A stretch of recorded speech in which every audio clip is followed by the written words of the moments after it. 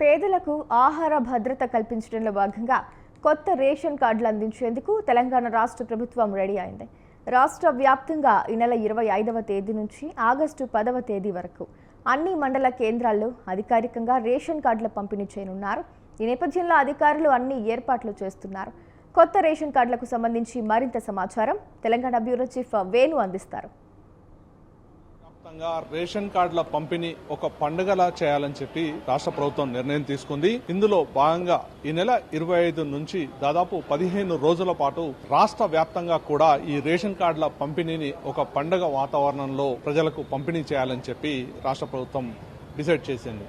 ఇప్పటికే రాష్ట్రంలో దాదాపు 96 లక్షలకు పైగా రేషన్ కార్డులు ఉన్నటువంటి పరిస్థితి. ఇక గత కొద్ది రోజుల కిందటే ఇటు ప్రజాపాలనలో అలాగే మీ సేవలో తీసుకున్న అప్లికేషన్లతో అందులో అర్హులైన వాళ్ళని గుర్తించి దాదాపు ఒక 7 లక్షలకు పైగా కొత్త కార్డులను రాష్ట్ర ప్రభుత్వం ప్రజలకు పంపిణీ చేయబోతోంది. దీని ద్వారా 31 లక్షల మందికి పైగా ఈ సన్న బియ్యం అందుకునే అవకాశం ఉంది.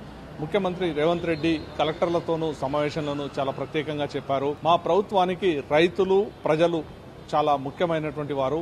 వారికి కావలసినటువంటి ఏదైతే కనీస అవసరాలు తీర్చేందుకు ప్రజాప్రభుత్వం ఎప్పుడు కూడా రెడీగా ఉంటుంది అని చెప్పి కూడా కలెక్టర్ల కాన్ఫరెన్స్ లో చాలా స్పష్టంగా చెప్పడం జరిగింది. ఇక తెలంగాణ వ్యాప్తంగా కూడా అర్హులైన వారు ఎవరైనా ఉంటే ఇక రేషన్ కార్డు రానటువంటి వారు కూడా ఇది నిరంతర ప్రక్రియ అప్లై చేసుకోవాలి అని చెప్పి ముఖ్యమంత్రి ప్రజలను కోరడం జరిగింది. ఇక ఏదైతే జిల్లా ఇన్ఛార్జ్ మంత్రులు, ఎమ్మెల్యేలు అలాగే జిల్లా మంత్రులు విధిగా ఈ కార్డుల పంపిణీ కార్యక్రమంలో పాల్గొనాలి అని చెప్పి కూడా ఇటు అధికారులను ఆదేశించడం జరిగింది. ఇక ప్రతి మండలానికి ఒక చోట ఎమ్మెల్యే విధిగా పాల్గొనాలి. ఇక జిల్లాలో ఉన్నటువంటి ప్రతి నియోజకవర్గానికి కూడా ఇన్ఛార్జ్ మంత్రి ఖచ్చితంగా పాల్గొని ఈ రేషన్ కార్డుల పంపిణీని చేయాలని చెప్పి ఇటు ముఖ్యమంత్రి ఇటు జిల్లా కలెక్టర్లను కూడా ఆదేశించడం జరిగింది. ఇక మంత్రులు కూడా అందుకు అనుగుణంగా షెడ్యూల్ ప్రిపేర్ చేసుకోవాలి.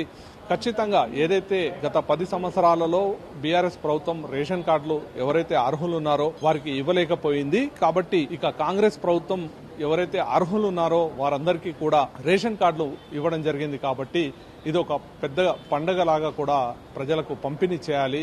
ఇక ఎలాంటి అవాంఛనీయ సంఘటనలు చోటు చేసుకోకుండా కూడా ఇటు చర్యలు తీసుకోవాలని చెప్పి ఇటు ముఖ్యమంత్రి అధికారులకు ఆదేశాలు ఇవ్వడం జరిగింది.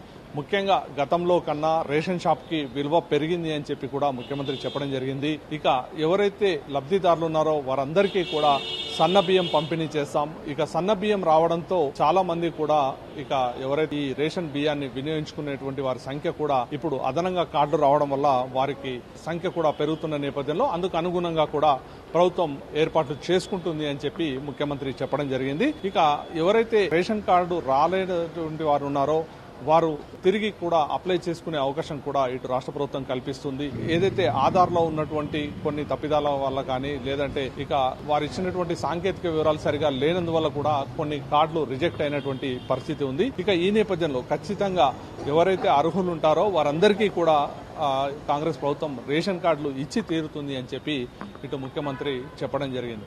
ఇక అందులో భాగంగా ఏదైతే పేదలు ఉన్నారో వారందరికీ కూడా సన్న బియ్యం పంపిణీ చేయడం వల్ల ఇటు వాళ్ళు పౌష్టిక ఆహారానికి నోచుకునే అవకాశం ఉంటుంది. కాబట్టి మేము ఈ కార్యక్రమాన్ని విజయవంతంగా ముందుకు తీసుకువెళ్తామని చెప్పి కూడా ముఖ్యమంత్రి చెప్పారు. ఎవరైతే అర్హులు ఉండి కూడా వారికి రేషన్ కార్డులు రాకుంటే మాత్రం ఇది నిరంతర ప్రక్రియ కాబట్టి ఖచ్చితంగా అప్లై చేసుకుని తీరాలి అని చెప్పి కూడా ముఖ్యమంత్రి ప్రజల్ని కోరడం జరిగింది. కెమెరామెన్ జానకి రెడ్డితో వేణు, స్వతంత్ర టీవీ, హైదరాబాద్.